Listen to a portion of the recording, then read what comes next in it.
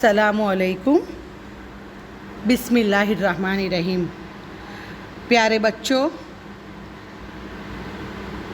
मैं 9वीं कक्षा के गुजराती माध्यम के बच्चों के लिए हिंदी की पाठ्य पुस्तक में से गद्य 3 क्या निराश हुआ जाए की विस्तृत समझूती देने के लिए यह वीडियो बना रही हूँ।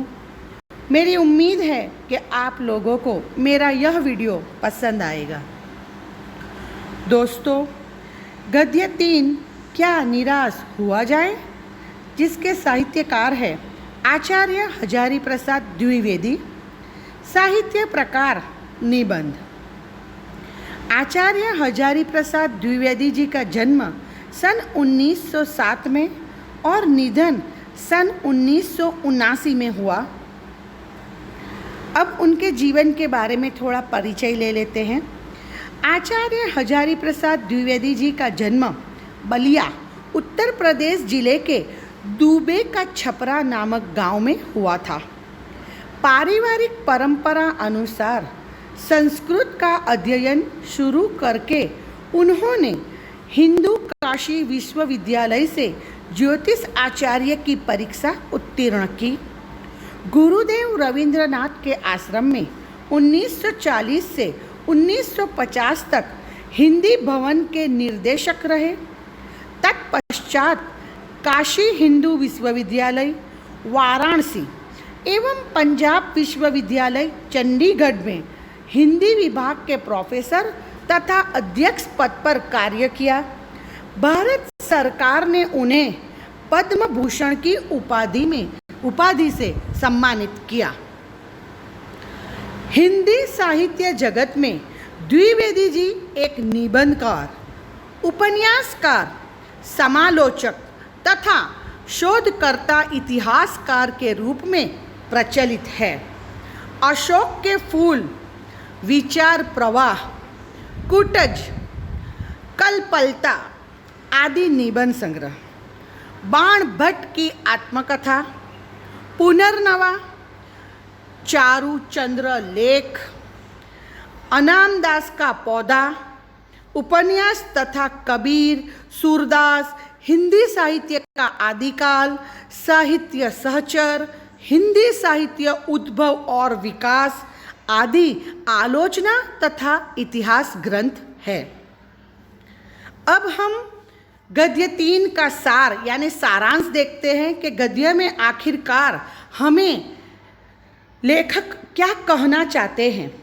प्रस्तुत निबंध में हजारी प्रसाद जी ने यह समझाया है कि तत्कालीन भारतीय समाज में व्याप्त अनाचार केवल बाहरी स्तर पर है। देखो बच्चों, आज हम देखेंगे तो समाज में, देश में, विश्व में सब जगह पे चोरी, डकैती, लूटपाट, यही भ्रष्टाचार सब कुछ दिख रहा है। लेकिन लेखक हमें यह समझाना चाहते हैं कि यह जो भारतीय समाज में व्याप्त अनाचार है वो केवल बाहरी तौर पर है। वास्तव में आज भी लोगों में मानवीय मूल्यों के प्रति आस्था कायम है। आस्था यहाँ पे विश्वास, श्रद्धा, यकीन। अपने जीवन में घटित कुछ घटनाओं के द्वारा बताया है कि हमें निराश नहीं होना चाहिए। यानी लेखक के जीवन में ऐसी कुछ घटना बनी है जिसके द्वारा वो बताना चाहते हैं कि हमें नैतिक मूल्यों के प्रति, मानवीय नैतिक मूल्यों के प्रति जो आस्था कम हो गई है, ऐसा नहीं है। आज भी हमारे यहाँ आस्था, नैतिक मूल्य है। हमें निराश नहीं होना है, अपितु हमें जीवन के प्रति आस्थावान बने रहना चाहिए। इस निबंध में वह कहते हैं कि आज हमारे समाज में अनेक बुराइयां आ गई है। झूठ, बेईमानी, धोखेबाजी, भ्रष्टाचार आदि की घटनाओं से अखबार भरे रहते हैं।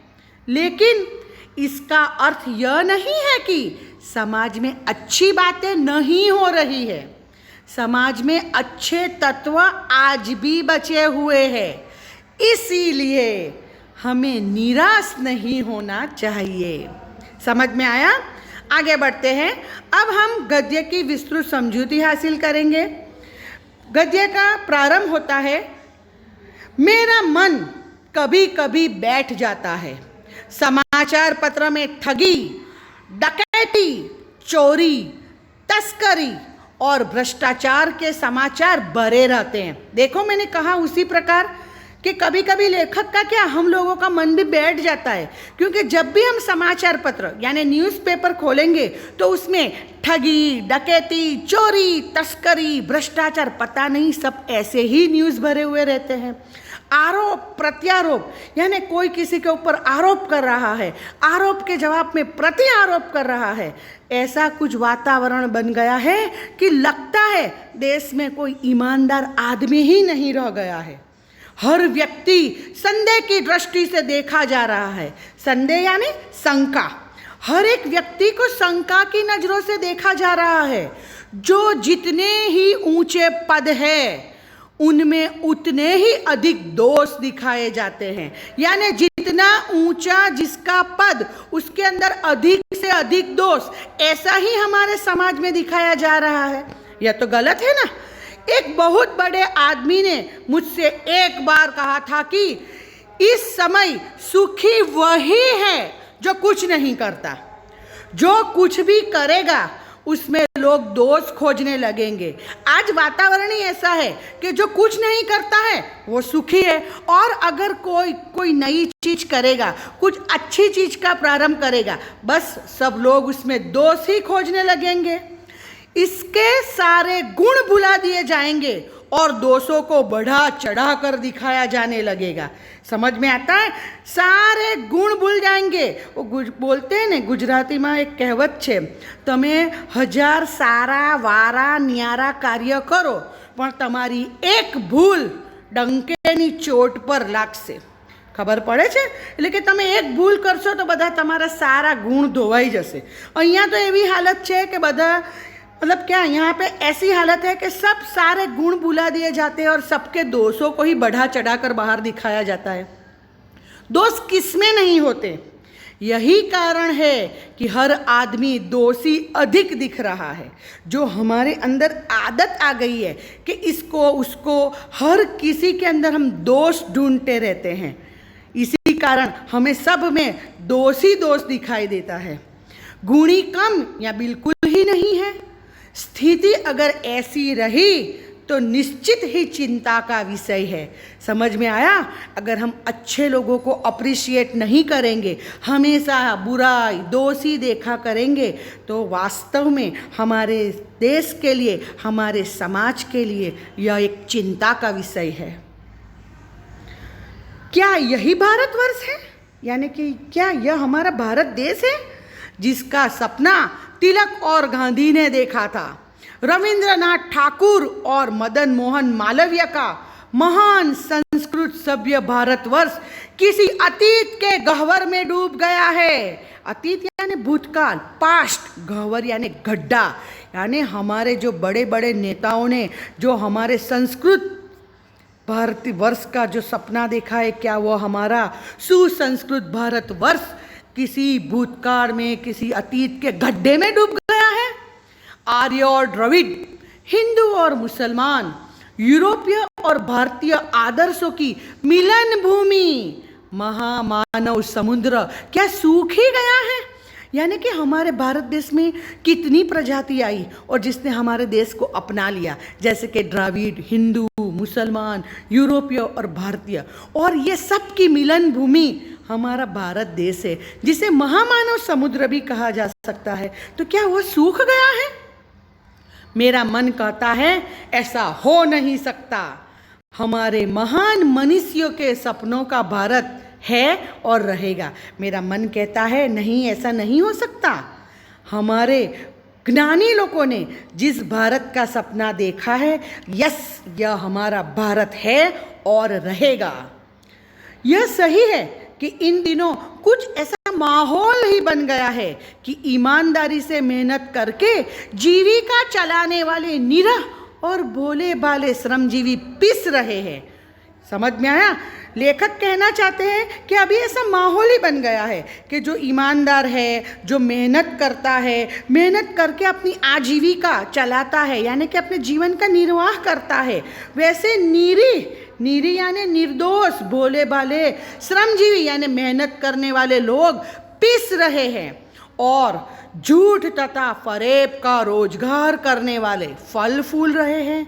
आज ऐसा माहौल हो गया है कि फिर मुझे गुजराती की एक कहावत याद आती है कि पैसो मारो परमेश्वर अने हूँ पैसानो दास।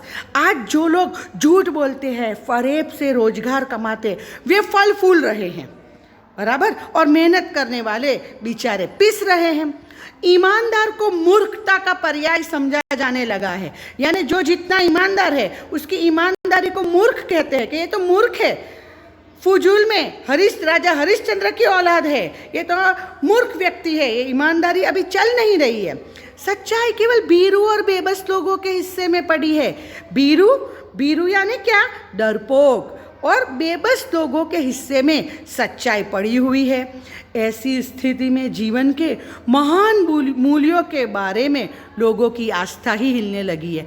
सही है, अगर समाज में हम लोग ऐसा देखेंगे, हमारी सोच का विस्तार नहीं हुआ होगा, तो हम ऊपरी या सतह को देखकर हमारी भी जो नैतिक मूल्य है, महान मूल्यों है, उसके ऊपर से आस्था हिल जाती है। समझ में आ रहा है कि हमारी आस्था कब हिल जाती है? अगर यह प्रश्न पूछा जाए तो इसका यह जवाब आएगा। परंतु ऊपर से जो कुछ दिखाई दे रहा है वह बहुत ही हाल की मनुष्य निर्मित नीतियों की त्रुटि की देन है। जो हाल ऊपरी सतह पर दिखा रहे हैं वो क्या है? तो कि मनुष्य निर्मित यानी मनुष्य ने जो बनाई है, नीति यानी नियम, त्रुटि यानी खामी, यानी मनुष्य ने जो नीति नियम बनाए हैं उसकी खामी की वजह से अभी हमारे देश का माहौल बिगड़ गया है। सदा मनुष्य बुद्धि नई परिस्थितियों का सामना करने के लिए नई सामाजिक विधि निषेधों को बनाती है। यानी जो मनुष्य होता है वो नई परिस्थिति का सामना करने के लिए कुछ न कुछ नीति नियम बनाता रहता है, उनके ठीक साबित न होने पर उन्हें बदल देता है। नियम कानून सबके लिए बनाए जाते हैं, पर सबके लिए कभी कभी एक ही नियम सुखकर नहीं होते। सामाजिक कायदे कानून कभी युग युग से परीक्षित आदर्शों से टकराते हैं। इससे ऊपरी सतह आलोडित भी होती है, यानी आलोडित यानी मथना। यहाँ पे ऊपरी सतह जरा पिघड़ भी जाती है और नियम तो सभी के लिए एक जैसे ही बनते हैं, लेकिन कुछ नियम कुछ लोगों के लिए सही होते हैं, कुछ लोगों के लिए गलत होते हैं। तो इस वजह से नियम और आदर्श टकराते हैं और ऊपरी सतह बिगड़ती है। पहले भी हुआ है, आगे भी होगा। उसे देखकर हताश हो जाना ठीक नहीं है। भारतवर्ष ने कभी भी भौतिक वस्तुओं के संग्रह को बहुत अधिक महत्व नहीं दिया है। यह भी एक मार्क के क्वेश्चन में आपको पूछ सकते हैं कि भारतवर्ष ने कौन सी चीज़ को अधिक महत्व नहीं दिया है, तो उत्तर आएगा भारतवर्ष ने कभी भी भौतिक वस्तुओं के संग्रह को बहुत अधिक महत्व नहीं दिया है।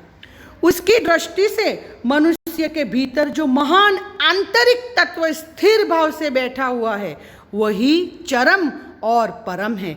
मनुष्य के अंदर आंतरिक तत्व है, जैसे कि लोभ, मोह, काम, क्रोध, बराबर, ये सब हमारे अंदर ही भरा हुआ है।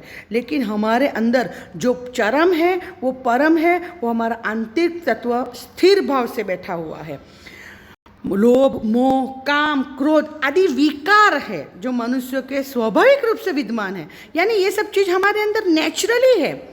हमें किसी चीज़ का लोभ होता है, मोह होता है, काम होता है, गुस्सा आता है, ये सब हमारे अंदर स्वाभाविक रीत से ही भरा पड़ा है। पर उन्हें प्रधान शक्ति मान लेना यह गलत है। अपने मन तथा बुद्धि को उन्हीं के इशारे पर छोड़ देना बहुत निकृष्ट आचरण है। समझ में आता है? जैसे काम, क्रोध, मोह, लोभ, ये सब विकार हमारे अंदर है। लेकिन अगर चलो मैं अपना लूँ कि भाई मैं बहुत गुस्से वाली हूँ, हमेशा गुस्से को ही टॉप पर रखती हूँ और उसी के अनुरूप वर्तन करती हूँ, तो ये तो ठीक बात नहीं है। हमें ये सब विकारों के गुलाम नहीं बनना है। हमें समझ में आना चाहिए कि हमें कब कहाँ पे गुस्सा करना है, कहाँ प्रेम से वर्तन करना है और कहाँ हमें हमारी कौन सी फीलिंग दिखानी है और कहाँ कंट्रोल करनी है। समझ में आया? भारतवर्ष ने कभी भी उन्हें उचित नहीं माना, उन्हें सदा संयम के बंधन से बांध कर रखने का प्रयत्न किया है। समझ में आया? यानी ये जब जितने भी विकार है उसे संयम हमें रखना है। मैंने जो बताया उसी तरह कि कब कंट्रोल करना है, कब बोलना है, ये हमें आना चाहिए। परंतु भूख की उपेक्षा नहीं की जा सकती, बीमार के लिए दवा की उपेक्षा नहीं की जा सकती, गुमराह को ठीक रास्ते पर ले जाने के उपायों की उपेक्षा नहीं की जा सकती। हुआ यह है कि इस देश के कोटि कोटि दरिद्र जनों की हीन अवस्था को दूर करने के लिए ऐसे अनेक कायदे कानून बनाए गए हैं। हमारे देश में लाखों करोड़ों गरीब लोग हैं। वे गरीब लोगों की हीन यानी कि नीची अवस्था है, उसको दूर करने के लिए अनेक कायदे कानून बनाए गए हैं। जैसे कि जो कृषि उद्योग, वाणिज्य, शिक्षा और स्वास्थ्य की स्थिति को अधिक उन्नत और सुचारू बनाने के लक्ष्य से प्रेरित है। यानी कि हमारे देश के अंदर जो कृषि उद्योग है, वाणिज्य, शिक्षा, स्वास्थ्य, सभी को उन्नत यानी ऊंचे ले जाना है और सुचारू रूप से यानी अच्छे ढंग से उसे चलाना है।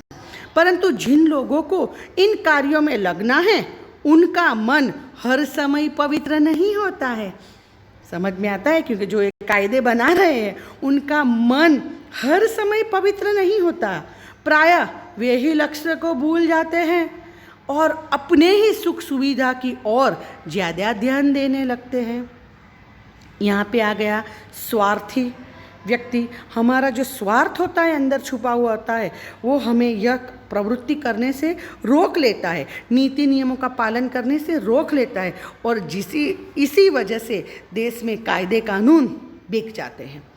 व्यक्ति चित्त सब समय आदर्शों द्वारा चलित नहीं होता। व्यक्ति का चित्त होता है वो चंचल होता है, वो हमेशा आदर्शों पे ही चलेगा ऐसा नहीं होता है। जितने बड़े पैमाने पर इन क्षेत्रों में मनुष्य की उन्नति के विधान बनाए गए, उतनी ही मात्रा में लोभ मोह जैसे विकार भी विस्तृत होते गए हैं।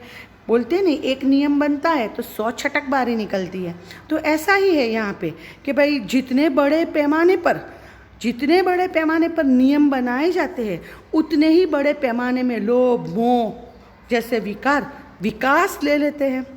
लक्ष्य की बात भूल गई, आदर्शों को मजाक का विषय बनाया गया और संयम को डक्यानुसी मान लिया गया। परिणाम जो होना था वो हो रहा है। यह कुछ थोड़े से लोगों के बढ़ते हुए लोभ का नतीजा है। जो चंद लोग बेईमानी करते हैं उनके लोभ का यह नतीजा है। परंतु इससे भारतवर्ष के पुराने आदर्श और भी अधिक स्पष्ट रूप से महान और उपयोगी दिखाई देने लगे हैं। आगे बढ़ते हैं।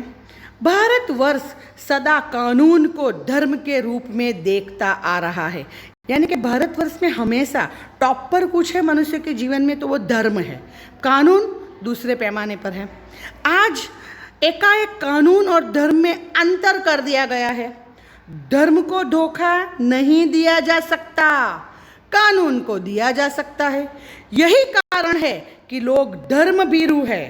वे कानून की त्रुटियों से लाभ उठाने में संकोच नहीं करते। समझ में आ रहा है? कानून की त्रुटियों से लाभ उठाने में कभी संकोच नहीं करते। यानी कानून में कुछ खामी रह गई है तो कुछ ना कुछ करके अपना लोभ, अपना फायदा निकाल ही लेते हैं। इस बात के पर्याप्त प्रमाण खोजे जा सकते हैं। हम पिक्चर में, मूवी में देखते हैं कि भाई कैसे डुप्लीकेट गवाह, बराबर, फर्जी कागजात बना के काम होता रहता है। तो ऐसा अगर हम रियल लाइफ में भी खोजने जाएंगे तो मिल सकता है। लोग कानून को अपनी फैसिलिटी के अनुरूप मरोड़ देते हैं। समाज की ऊपरी वर्ग में चाहे जो भी होता रहा हो, भीतर भीतर भारतवर्ष अब भी यह अनुभव कर रहा है कि धर्म कानून से बड़ी चीज है। अब भी सेवा, ईमानदारी, सच्चाई और आध्यात्मिकता के मूल्य बने हुए हैं। सही बात है ना कि आज भी हम धर्म को बड़ा ही समझते हैं और आज भी हमारे अंदर सेवा, ईमानदारी, सच्चाई और आध्यात्मिक मूल्य तो बने हुए हैं। वे दब अवश्य गए हैं लेकिन नष्ट नहीं हुए हैं। आज भी वह मनुष्य से प्रेम करता है, महिलाओं का सम्मान करता है, झूठ और चोरी को गलत समझता है, दूसरों को पीड़ा पहुंचाने को पाप समझता है। हर आदमी अपने व्यक्तिगत जीवन में इस बात का अनुभव करता है।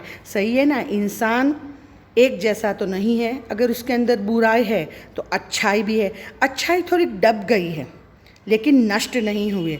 आज भी मनुष्य के अंदर ईमानदारी है, सच्चाई है, आध्यात्मिक मूल्य है। वो महिलाओं का सम्मान करता है, दूसरे मनुष्य से प्रेम करता है, झूठ और चोरी को गलत समझता है, दूसरे को पीड़ा पहुंचाने को पाप समझता है। हर आदमी अपने व्यक्तिगत जीवन में एक बार तो ऐसा अनुभव करता ही करता है। समाचार पत्रों में जो भ्रष्टाचार के प्रति इतना आक्रोश है वह यही साबित करता है कि हम ऐसी चीज़ों को गलत समझते हैं और समाज से उन तत्वों की प्रतिष्ठा कम करना चाहते हैं जो गलत तरीके से धन या मान संग्रह करते हैं। समझ में आया? यानी आज भी हमारे अंदर नैतिक मूल्य जीवित है। दोषों का पर्दाफाश करना बुरी बात नहीं है। बुराई यह मालूम होती है कि किसी के आचरण के गलत पक्ष को उद्घाटित करते समय उसमें रस लिया जाता है और दोषोद्घाटन को एकमात्र कर्तव्य मान लिया जाता है। यानी किसी के दोषों का पर्दाफाश करना बुरी बात नहीं है, लेकिन उसको अपना एम बना लेना और उसके अंदर इंटरेस्ट दिखाना कि यार मुझे तो उसके दोष निकालने ही है, उसकी बेइज्जती ही करनी है, तो यह गलत बात है। बुराई में रस लेना बुरी बात है। अच्छाई को उतना ही रस लेकर उजागर न करना और भी बुरी बात है।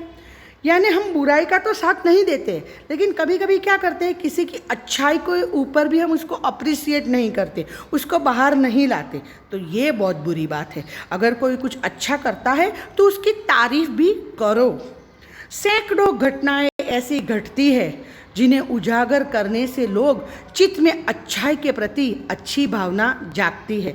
यानी हमारे साथ अगर कोई धोखेबाजी हुई है तो हम उसे बड़ा चढ़ा के अच्छे से बयान करेंगे, लेकिन कोई अच्छी चीज़ हुई हो तो उसे भी बयान करो, लोगों के सामने लाओ कि सबको पता चले कि आज केवल बुराई बुराई बुराई नहीं है, कई ऐसे अच्छाई भी भरी पड़ी है। समझ में आ रहा है? आगे बढ़ते हैं। अब लेखक अपना एक अनुभव हमारे साथ शेयर करते हैं कि लेखक एक बार रेलवे स्टेशन पर टिकट लेते हुए गलती से 10 के बजाय 100 रुपये का नोट दे दिया और मैं जल्दी जल्दी गाड़ी में आकर बैठ गया। थोड़ी देर में टिकट बाबू उन दिनों के सेकंड क्लास के डिब्बे में हर आदमी का चेहरा पहचानता हुआ उपस्थित हुआ। उसने मुझे पहचान लिया और बड़ी विनम्रता के साथ मेरे हाथ में 90 रुपये रख दिए और बोला, यह बहुत गलती हो गई थी, आपने भी नहीं देखा, मैंने भी नहीं देखा। उनके चेहरे पर विचित्र संतोष की गरिमा थी। मैं चकित रह गया।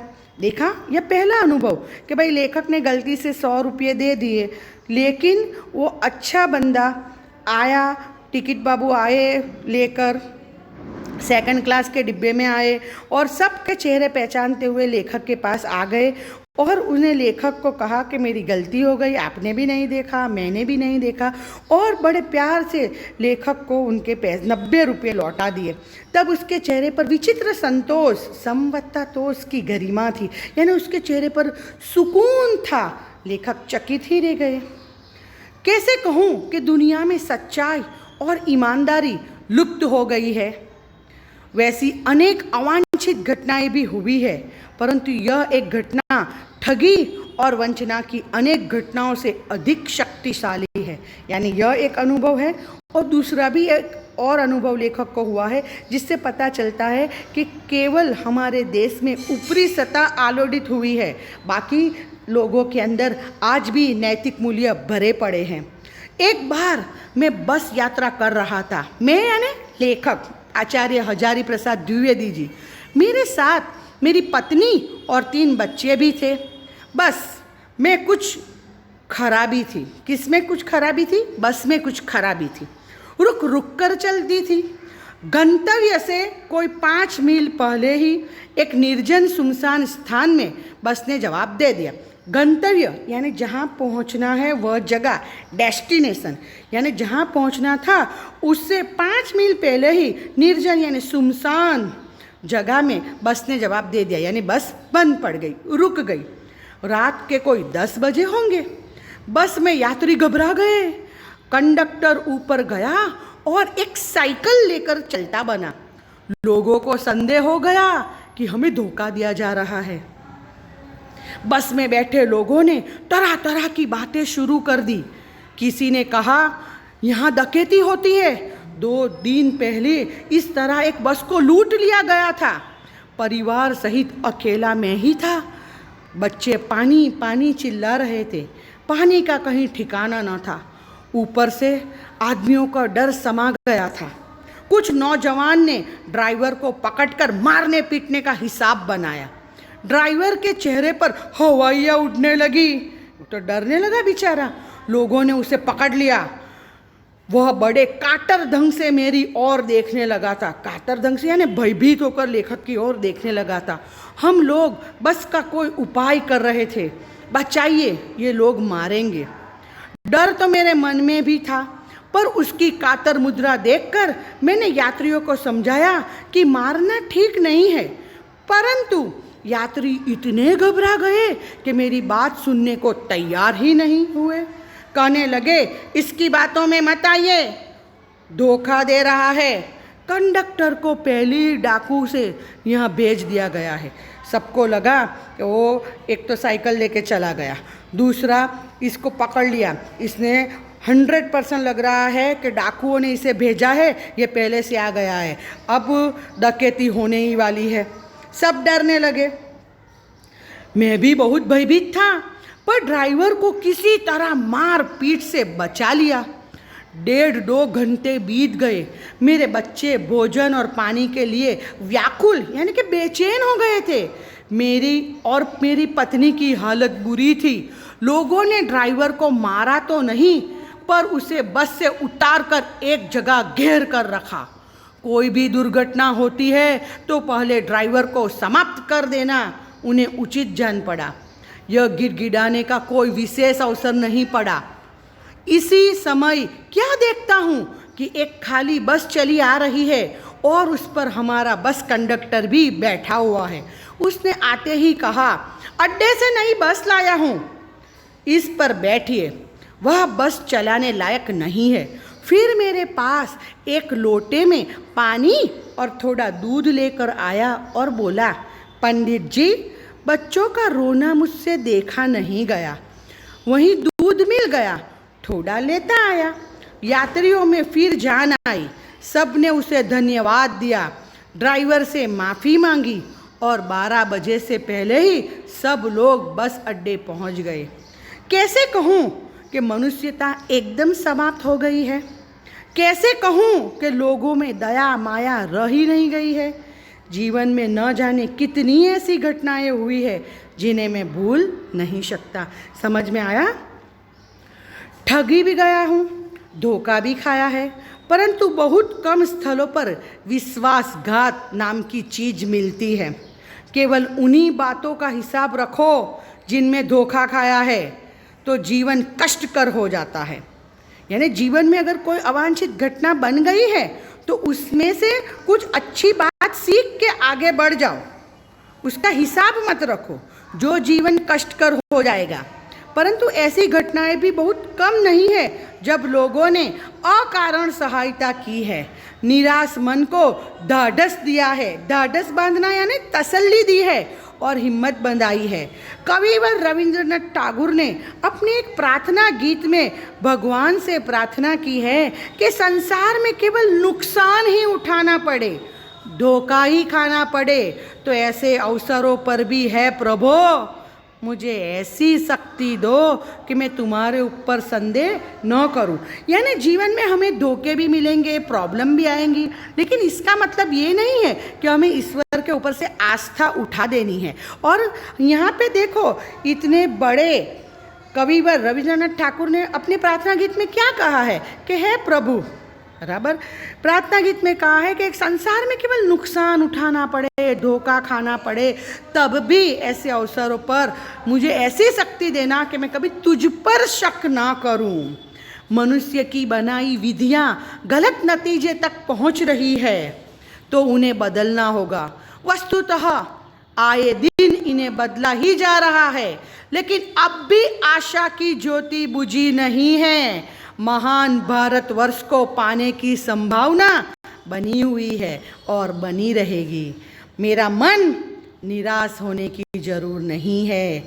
एक निराशा में 1000 आशा छुपी हुई है। यानी हमें कभी भी किसी चीज़ से निराश नहीं होना है।